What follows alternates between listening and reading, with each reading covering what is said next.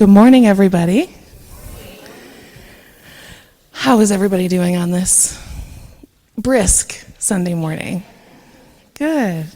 I'm happy you're all here. I'm Megan Carver. I'm your moderator here at Community Church of Chesterland. Wherever you are on life's journey, you are welcome and wanted here at Community Church of Chesterland. Today's call to worship.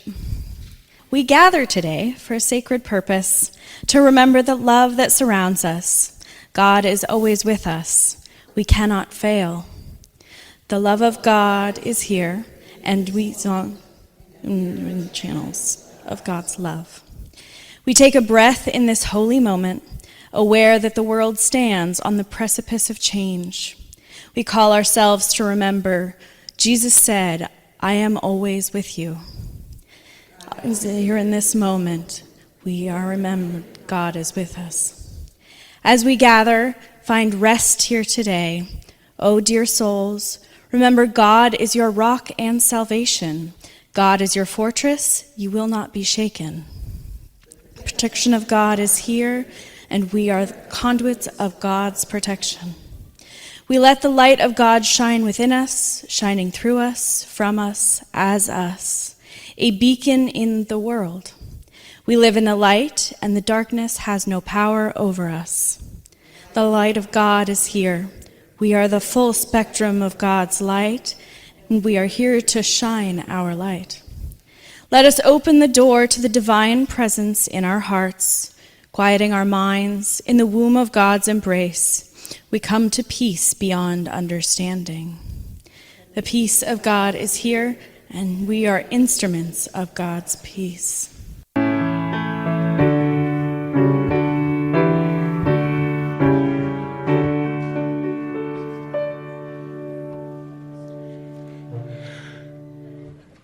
Let us with a joyful mind praise our God forever kind, rich in mercies that endure, ever faithful, ever sure.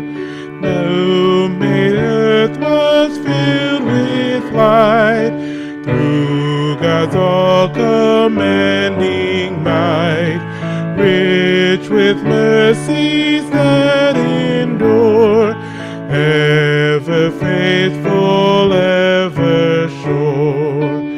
Dazzling bright the sun obeys, God who shines with brighter rays, rich with mercies that endure, ever faithful, ever sure.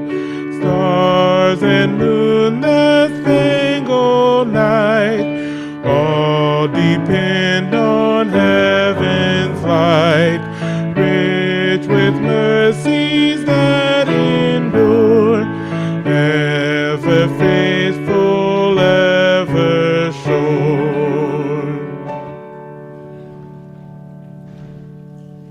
So we begin our children's moment, and we welcome the child that is with us, knowing that all wisdom of the earth and heavens are with you, and the wisdom that you have in you, tiny in size but big in stature, reminds all of us here of what it's like to be a child.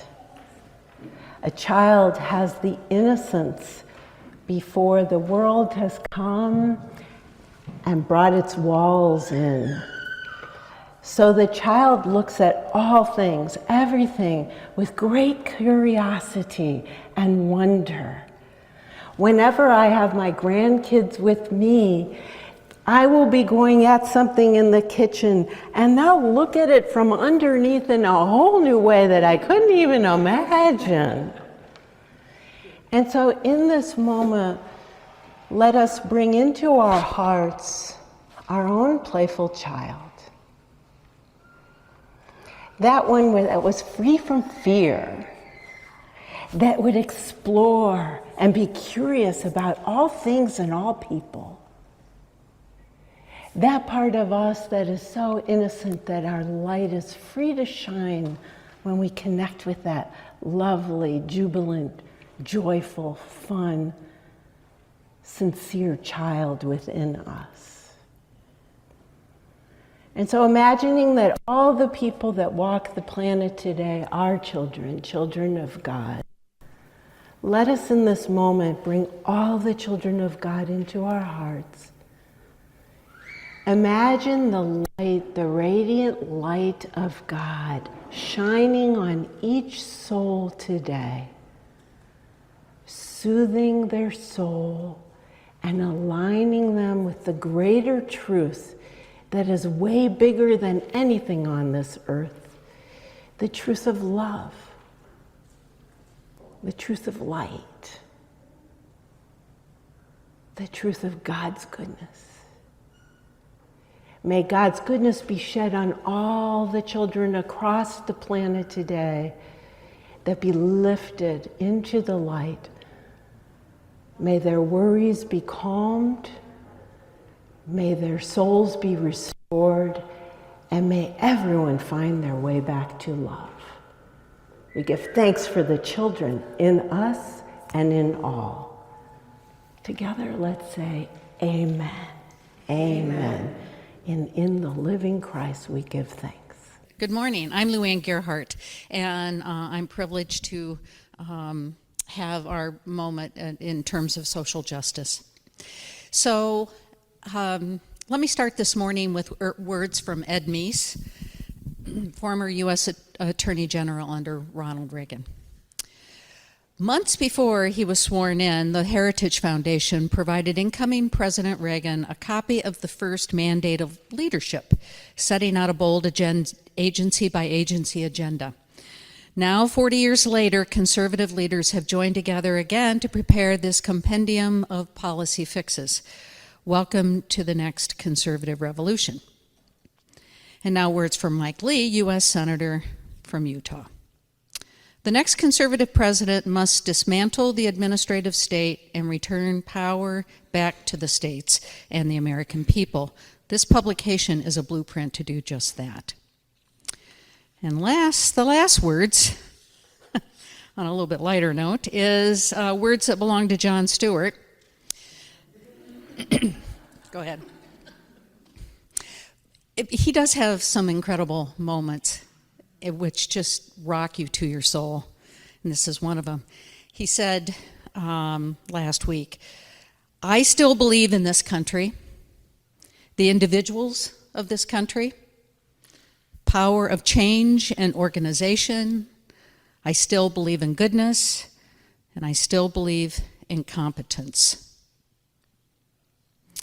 So today's moment of social justice has to do with the overview of Mandate for Leadership, the Conservative Promise. From now on, I'll refer to it as Project 2025.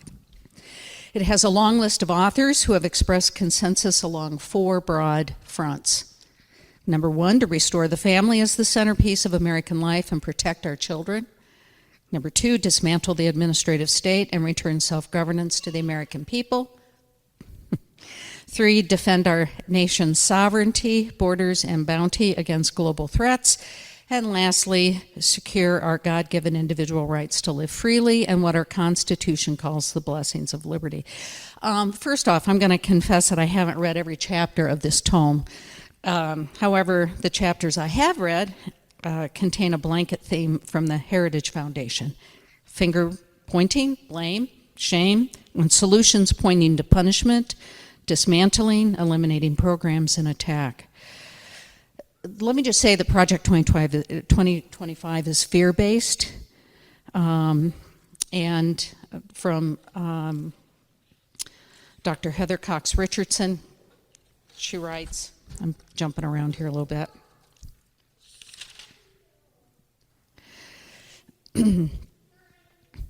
Project 2025 rejects democracy because democracy insists we treat all people equally before the law.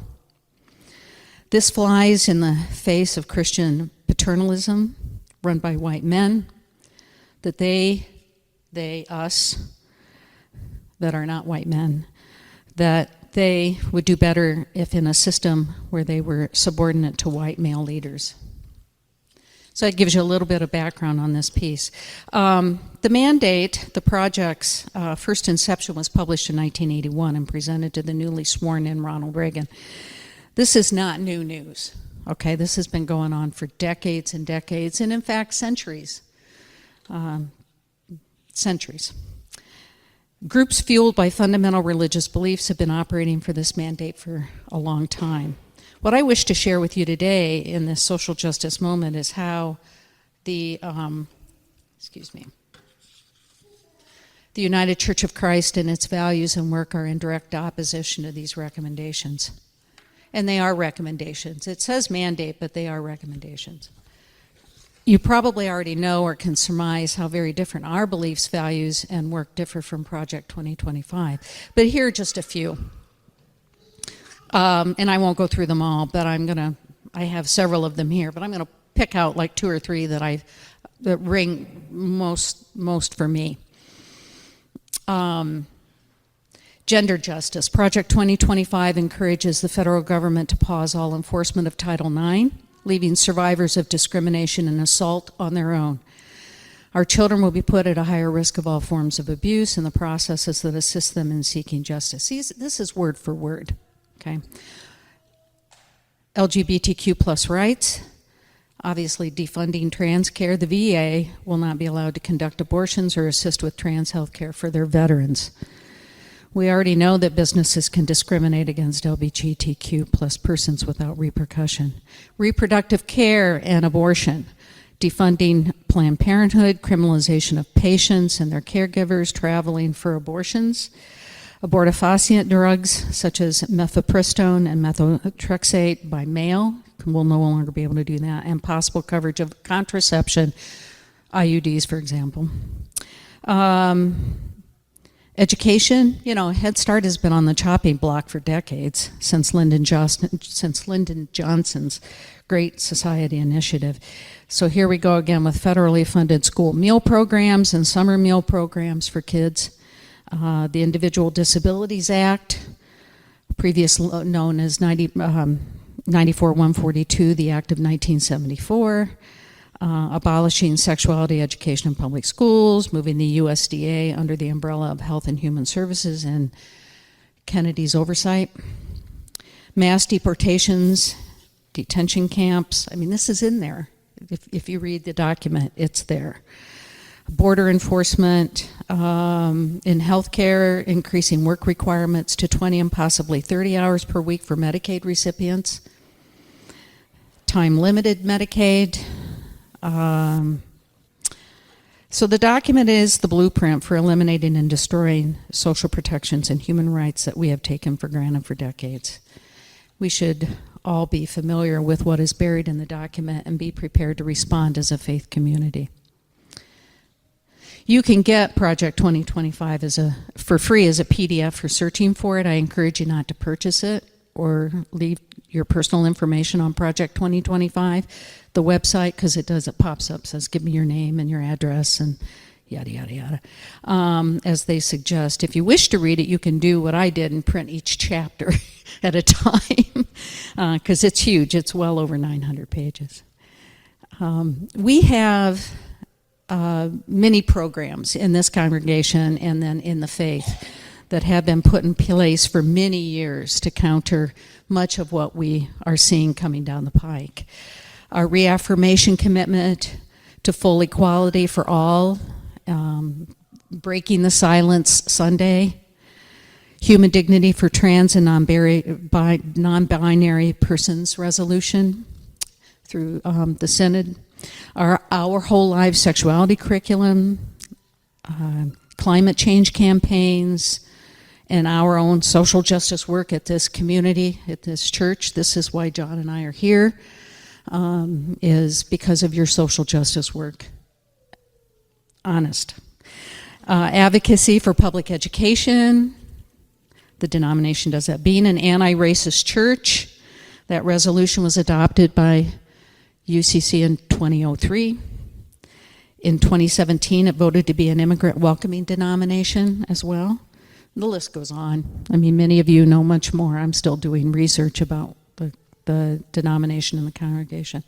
So I guess our call to action for this congregation is it's time for us to gather as liberal faith communities, and there are many, many liberal faith communities that we can work with and prepare our response for what may or may not happen. I don't know how much of this is going to come down, but I think we need to know what is the possibility within the first 2 years of the new administration. We have lots to do. And in parting words, this is also a combination statement from Dr. Heather Cox Richardson and John Stewart from their podcast. Keep doing the right thing, even when you feel like walls are closing in on you. Good morning, everybody. I have the joy of giving you a couple pieces of information, and then I'm going to expound on them for just moments. This isn't going to be anything huge, so calm down. Okay. So as we look ahead, and our trustees, our wonderful trustees, and financial folks have been, of course, looking forward to the new year and planning our budget and knowing that we have so many projects that we want to get done. But first of all, we have to be here, and we have to have the projects organized so that we can do that. I found, when I was looking at things, I found our church, our articles of incorporation from July 12th, 1930. 1930? That's hilarious. Okay. And it says here, the purpose or purposes for which said corporation is formed are: the purpose of this church shall be to unite the Christian forces of this community, thus making it possible to maintain a high level of worship, of religious education, and of community service, and to promote the interests of the kingdom of God here and throughout the world.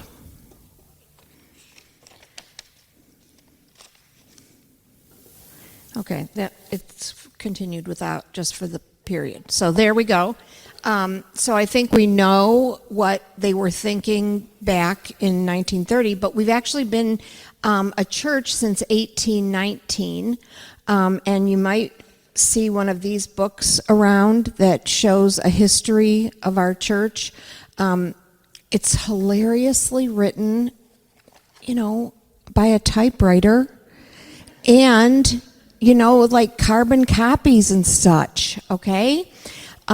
And we have quite a few librarians in our history, and everything is cited quite perfectly, I might say. Am I right, Elaine? It's pretty well done. I'm sure they're fine. We had Margaret Stitt, who was a wonderful librarian also, and she took care of our library years ago. Anyway, what I wanted to say was that since our beginning and the beginning of the UCC, we have been on the side of the person who needs help. They need an ally. They need something to change from what's usual and how they're treated in a usual way. If you watch the movie The Amistad, I couldn't do it.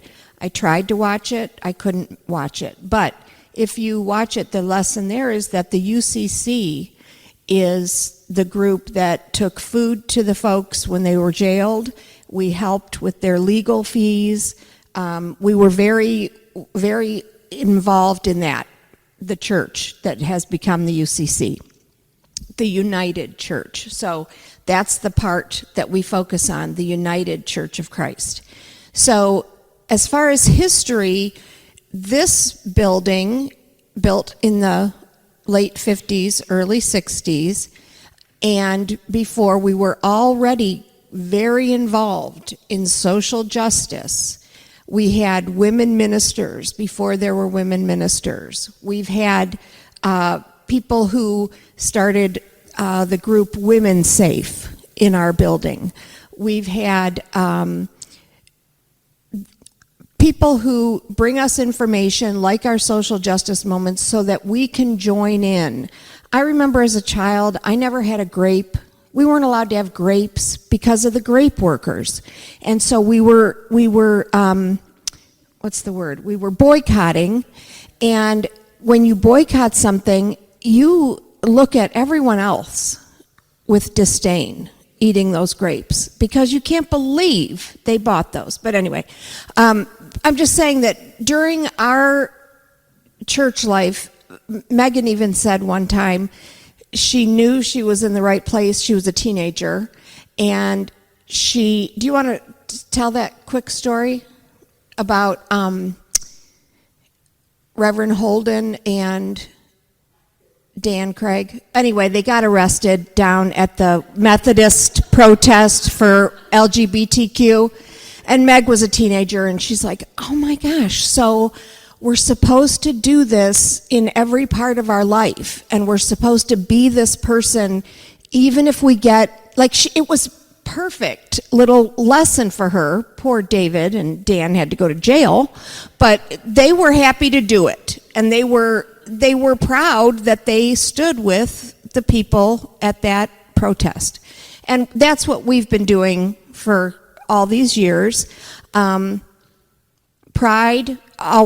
we've always been a Pride supporter, and we helped start that. And then also we started Geauga Pride. So our church, if you just want to leaf through these books, I'll have them on the narthex table. You can't take it because it's the church's copy.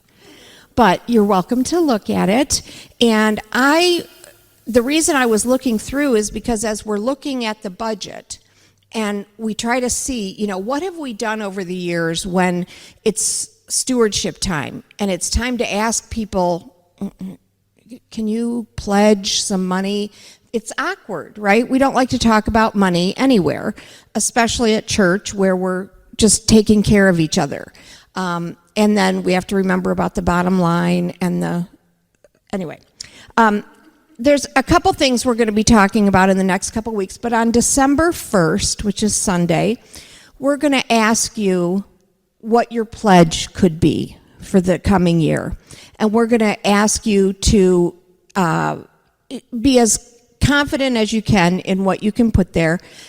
And it can include time, it can include a talent, and it can include what the money is. So time, talent, or treasure, we want that on your pledge card. We'll give you more information, but know that December 1st is the date. You guys better come that day. I told you ahead of time. Anyway, if you have questions, let me know.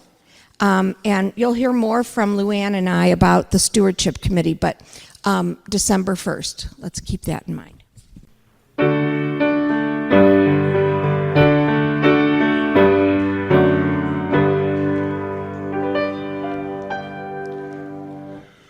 Praise to the source of all we know, for peace and love that freely flow.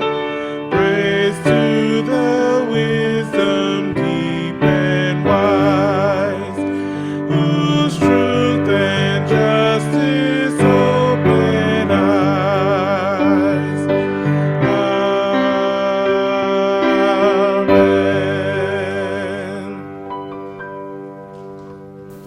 All right, I now have our modern reading by Tao Te Ching.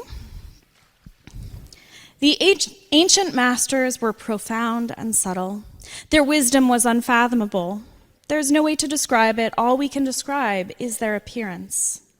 They were careful as someone crossing over an ice-covered stream, alert as a warrior in enemy territory, courteous as a guest, fluid as melting ice, shapeable as a block of wood, receptive as a valley, clear as a glass of water. Do you have the patience to wait till your mud settles and the water is clear? Can you remain unmoving till the right action arises by itself? The master doesn't seek fulfillment, not seeking, not expecting. She is present and can welcome all things. And today's ancient reading is from Psalm 46, 1 through 11. God is our refuge and strength, an ever-present help in trouble. Therefore, we will not fear. Though the earth give way and the mountains fall into the heart of the sea, though its waters roar and foam and the mountains quake with their surging, there's a river whose streams make glad the city of God, the holy place where the Most High dwells. God is within her. She will not fall. God will help her at break of day. Nations are in uproar. Kingdoms fall. He lifts his voice. The earth melts. The Lord Almighty is with us. The God of Jacob is our fortress. Come and see what the Lord has done, the desolations he has brought to the earth. He makes wars cease to the ends of the earth. He breaks the bow and shatters the spear. He burns the shields with fire. He says, "Be still and know that I am God. I will be exalted among the nations. I will be exalted in the earth. The Lord Almighty is with us." When I was a young girl, I remember hearing the Pledge of Allegiance. Every day we'd get together at camp and come around a circle to lift the flag, and we'd recite the Pledge of Allegiance, and all the young voices would ring out. And one day I noticed one woman, one girl that I liked, she didn't stand up for the Pledge of Allegiance. And I asked her why. And she said, because it's not true. It says peace and justice for all. But our country right now, and grew up in the 60s, don't tell anybody, thank you. Right now, it's not about peace and justice for all at all. She inspired me. And from then on, because in my heart, I wasn't just following, in my heart, I stood for peace and justice, but I would stand for peace and justice, not for anything else that was falsifying it. I grew up a little bit, graduated high school, some time went by, and I felt an irresistible urge towards freedom and adventure. And I had this vision of traveling the country, meeting kindred spirits, and connecting with people who wanted to heal the world. I was searching for purpose and belonging, and I was unaware of the challenges ahead or the lesson I was about to learn. Backpack on my back, I boarded on a Greyhound bus headed to Virginia Beach. And on the bus, I met a guy heading south who offered me a place to crash. He and his buddy were both young sailors in the Navy, and it seemed like a safe choice, just two young military men offering shelter to a traveler. I was young. The brain, the part of good judgment, doesn't form until we're 25, and I hadn't reached that part yet. I was still in process. So I said, sure. Soon after I arrived, the energy shifted, and they started drinking and using drugs, and their jokes started to become uncomfortable and inappropriate. I realized with growing horror that I was going to become the target of their advances, whether I approved of it or not. The reality of my situation hit me quite hard. So at that moment, my back literally was to the wall, and between me and the door of freedom were the two of them, bigger, stronger. I was trapped. So I want to let you know, I haven't shared this story often, maybe one other time. But today I felt compelled to, because it resonates so well with the situation in which we find ourselves. We feel trapped against a power that has the power, and up against a wall at the mercy of forces that appear to be much larger than us. So in that moment, I could feel the tension rising and feeling afraid and knowing I didn't have the strength and they were drinking and boozing. I probably wasn't going to come up with any wise way to talk my way out of this. The only thing I could do was what? What? Oh, they stood between me and the door. I prayed.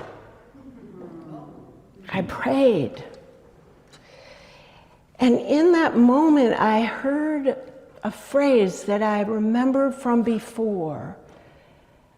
It was, in the silence of my mind, be still, for I am God. So I took a deep breath, and despite the rising fear and the rising energy of them starting to mount up to what they were hoping they would do, I repeated to myself silently, be still, for I am God. Be still, for I am God. Be still, for I am God. And the power of those words began to settle within me. Now the noise and camaraderie between the two men intensified. But I stayed centered. Be still, for I am God. As I focused on the mantra, what I noticed is my spine started getting longer, and my body started to become bigger in the chair. It was something that naturally happened, but now as a coach, I know that for people, especially for women, to show power in a room where they feel small, they're supposed to take up more space. Well, in that mantra, I just, as a young girl, started taking more space and being bigger. What I felt was my presence was growing. They were having their banter, and I had this poise and stayed with them in the banter. But instead of their overarching energy coming at me and making me feel small and scared, suddenly my energy was getting bigger, until my energy became the big, bright energy in the room. And as my teacher, Rosalind Briere, medicine woman and renowned healer, said, the largest energy always wins.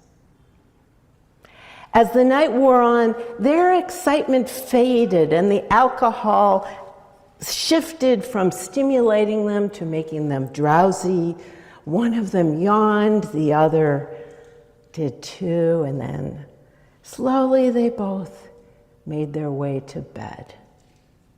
In the wee hours of the morning, I packed up my backpack, and by the dawn of the early morning light, my backpack on my shoulders, my dignity intact, I walked out that door to freedom, safe, secure, protected.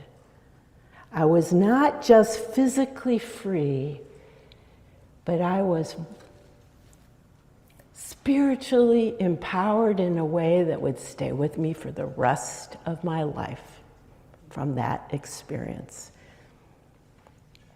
So this experience taught me a very powerful truth, that in the moments of fear, injustice, powerlessness, can anyone relate?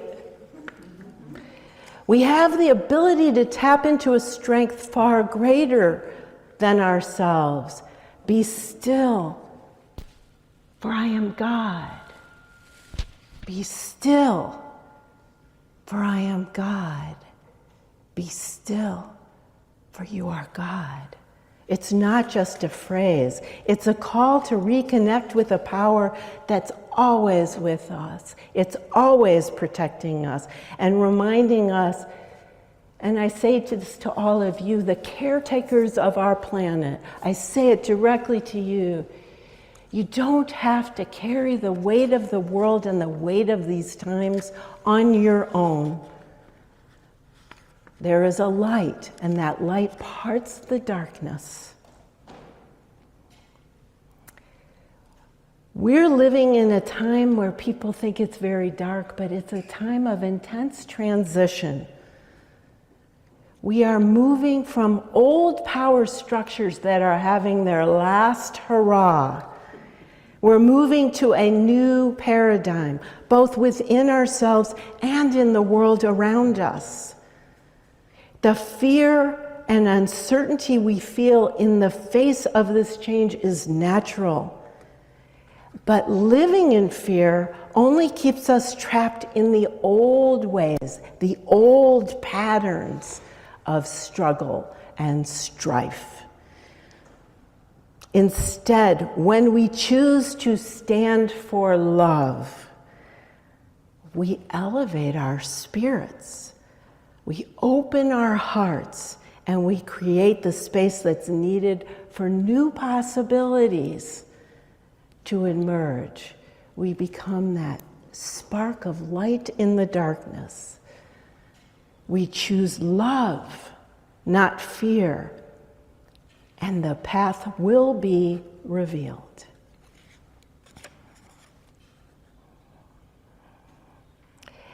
This is a time of great transition for which we are honored to be here, and some people believe we have chosen to be here.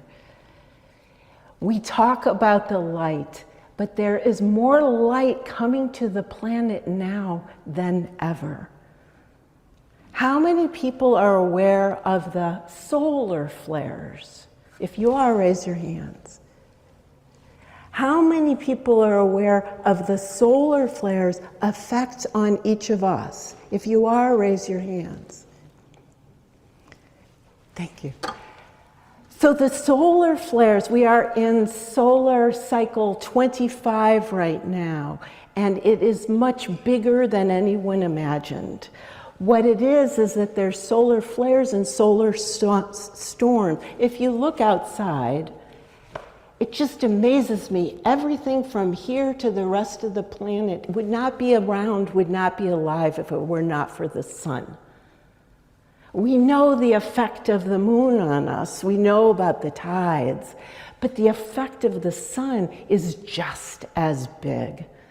And right now, those solar flares are sending light that are hitting the Earth's gravitational field, which happens synchronistically to be thinner right now, allowing more light in. What this does, which you'll probably really understand, is it can create coronal mass ejections, CMEs. I'm not a scientist, but what this does is that spurts of plasma head towards the Earth. And you know what happens for us? Here in Chesterland, we can see the northern lights. That's how much it affects us. So if you go to NASA or if you go to the Oceanic Institute, they have all sorts of information about the solar flares and solar storms on a daily basis, measuring how much is coming. Because when the storms are high, X-rated, X-class storms, you'll find satellites stop working, technology stops working, there's blackouts, your phone doesn't work, you can't get to the bank anymore, things start falling apart. They expect this and they wait upon it to happen when they know a solar storm is coming to Earth. What science has not admitted, my words, yet, default, or I can't think of the word. It won't admit yet. But in a like situation in 1948, when a wonderful medical doctor discovered neuroplasticity, the medical world did not agree with it for 50 years. until there was an MRI to prove it. 50 years there were people saying, your brain can change. You can hack your brain to make it work better. In the same way, the light from the sun is shifting our DNA. Scientists will tell you we have junk DNA. Consciousness leaders will tell you they are being activated now. And this is a time for rising in consciousness. We are being expanded in an era we are just about to step into to bring in a rays of consciousness with peace and justice for all. Now, when I was a kid, I would turn on my stereo and I'd go in the middle of the family room with my band shell behind me. It was the fireplace, and the couches and the ottomans and the chair in front of me, which were my audience. And I'd start singing, "This is the dawning of the age of Aquarius." And I was jumping on the couch, believing it, going to let the sun shine in, right? The dawn of the age of Aquarius astrologically begins in January, literally and completely. We are moving out of the Piscean age, which is a beautiful symbol of two fishes. Two fishes so wonderful that Jesus is the symbol of the Piscean age, Jesus the Redeemer. It was a time about believing, the age of Pisces, the last 2,000 years. But also, if you look at that symbol, it's me and other, male, female, light, dark, good, evil, powerful, powerless. It's a time of duality. We're moving into the age of Aquarius. Does anyone know the symbol of the age of Aquarius? The water bearer, the one of service, bearing water to give to others, like you do here. It's a time of unity, oneness with God.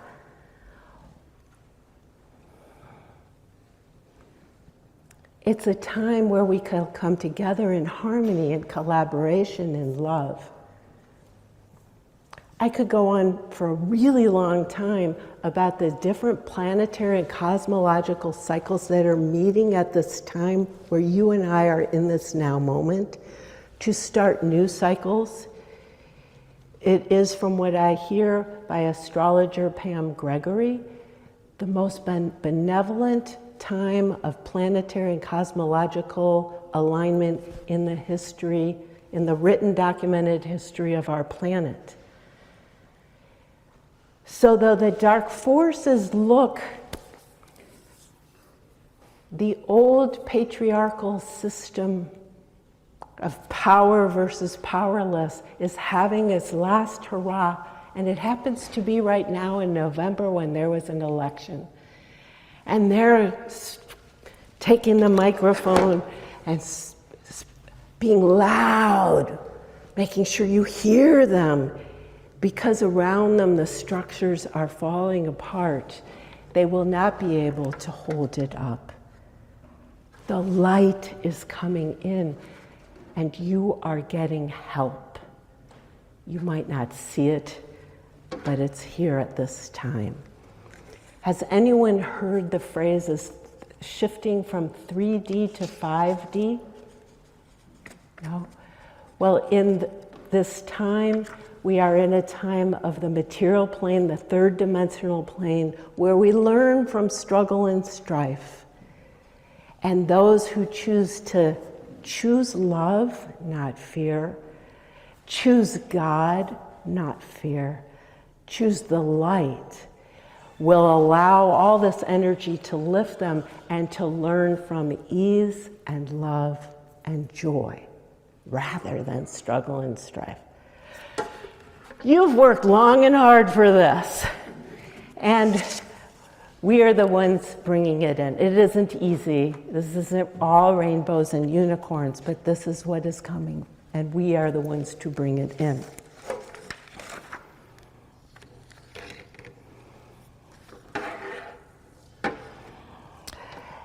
After years of leading Indians' fight for independence through nonviolent resistance, Mahatma Gandhi found himself at a crossroad.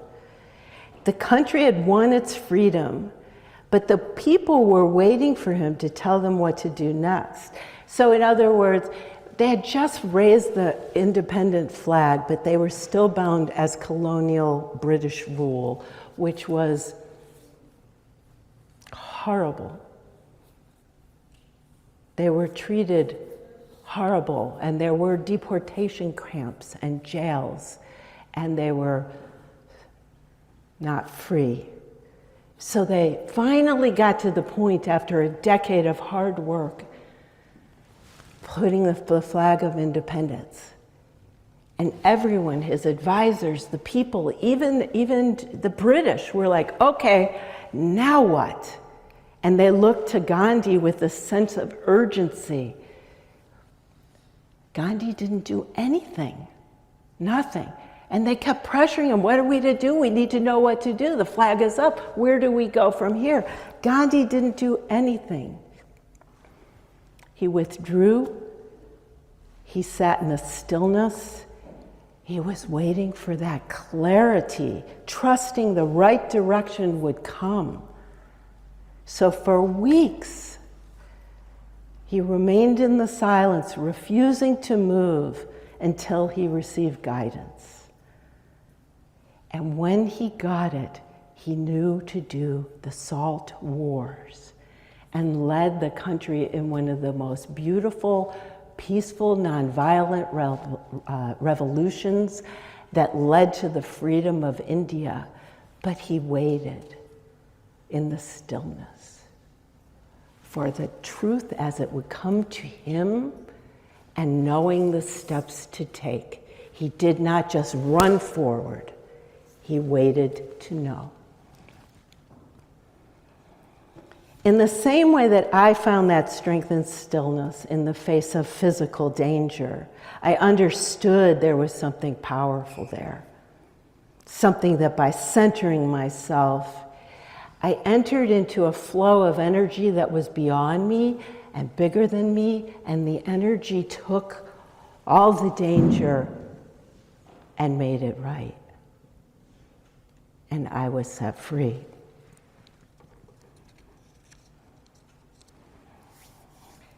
You know, in the Bible, in Esther 4:14, it says, perhaps you were created for such a time as this. I mean, we're living in really, this for my generation, the most challenging of times. Some people say that we're in this time because, you know, people say, why? Why are we in this time? Well, we're here because of what is happening is calling us to take a stand like we haven't before. And that call to take a stand is mobilizing us for this transition of the light, of this world that we've been fighting for all our lives and for generations. It's mobilizing us for this effort to happen.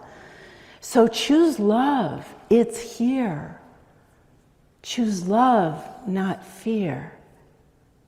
We're readying ourselves, we're readying the nation and the world for what will happen. It's a calling of the hearts to enable the light to create a new earth, one where we are one with each other and one with God. Every person can rise to a new level of consciousness by choosing love, not fear. We think we're in a time where we are divided and by the politics of the era, but what divides us in the outer world and us within ourselves is the heart and our ego. Those who are making a tome, a document of fear, are driven by ego attachments, living life in this world the way they see it should be, protecting how life is the way they want it to be, and they will powerfully try to make life be the way they want it to be, rather than stepping back, connecting to the one source, which is the authentic truth within ourselves. It's your authentic truth. It's you as your light, connecting with your light and allowing. Just think of the times where you've connected your life and things have unfolded for you. It's asking you to be more like that.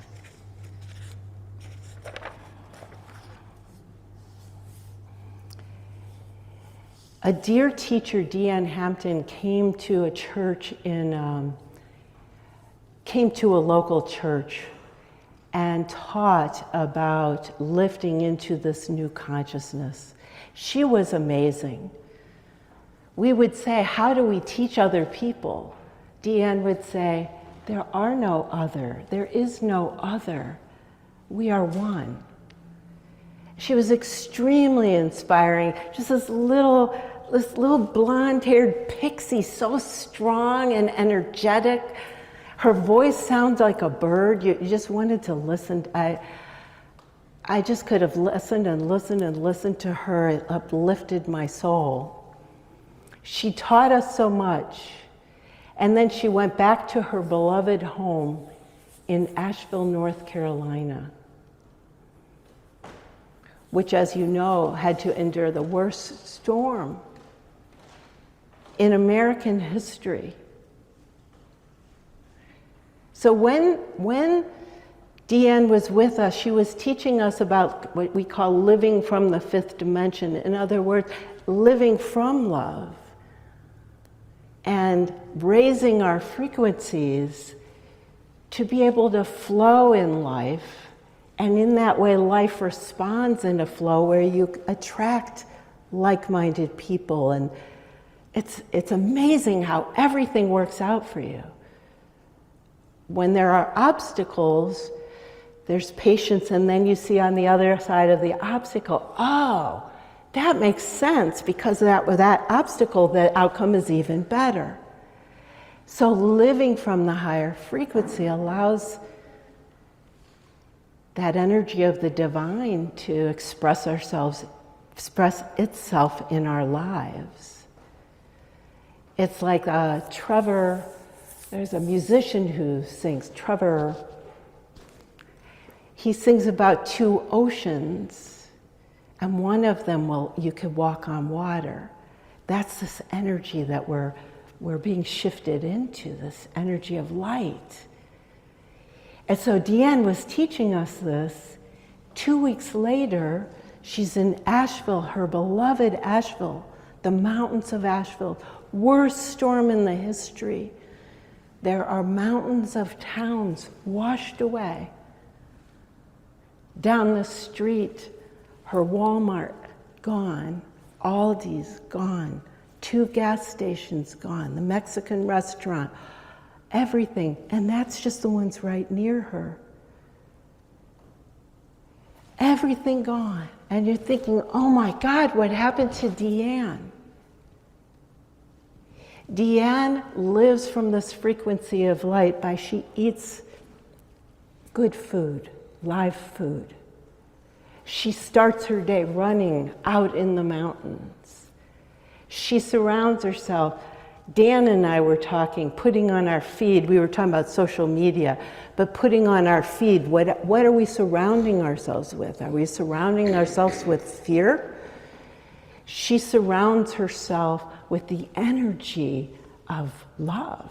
So in the music, she doesn't listen to the news except for when to catch up. She eats live food, which are higher frequency vibration. She meditates. She lives from this higher frequency. It's quite admirable to the level she does. But now she's in this horrible, horrific storm. She lives on 10 acres of land, and there are 5 other people with homes on that land. It's filled with trees everywhere. And each neighbor, some of the houses are hit. The trees are down everywhere. Deanne went out to take a look. No tree was harmed on her property around her home. She had prayer flags from tree to tree. Not a thread missing. She has crystals hanging from thin monofilament, all still remaining. Nothing touched her property. She was here, she would say, I'm not special. It's not like something special happened. She lives in the higher frequency. When you live in the higher frequency of that frequency, you're living in this energy where there's love. This is available to us all as we go through this very important time. We just keep reminding ourselves when the darkness wants to snuff us out, the darkness, there's plenty of it, it doesn't need our darkness. We say to stay with the light. I choose love, not fear. I choose love, not fear. Don't let the fear snuff your light. Show who you are. Show what love is. Show what it is, justice in the world, like that young girl did for me. She showed me the way to a better way. And know that there is a whole community out there supporting you, a community of light workers and prayer warriors. That there's a grid around the planet that is praying to help this light, give birth to the new consciousness, helping you get through this era where the darkness wants you to believe in the media and the news and the politics. But God is here. God is still speaking. Be still. Find God within you. And the room will be filled with light, and all that you're praying for, all of those prayers are in God's heart, and you will see them step by step unfold.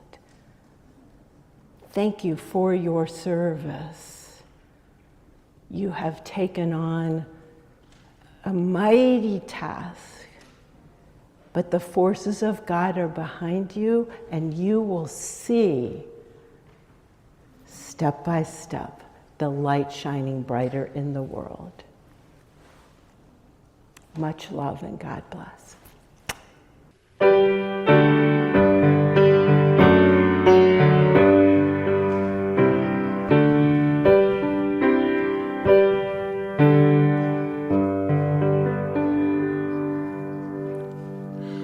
For the beauty of the earth, for the glory of the sky, all the love of our birth,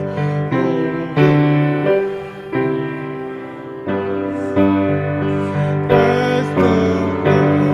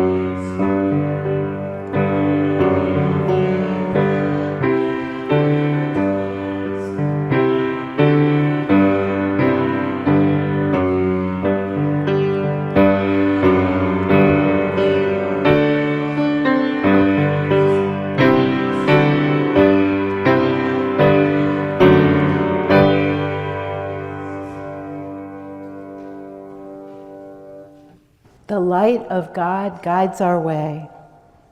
Light in the outer world changes and shifts. A cloudy day appears dim. A moonless night appears dark. But within our soul, the light of God is eternal. There is no darkness in the presence of God's light. Divine light illuminates our thoughts, revealing guidance. When we are uncertain of next steps, we are still. And then the light of understanding comes. In the light of God, we find our way to serve our beloved community. Illumination may come slowly or in a flash, yet the light of God is full and complete.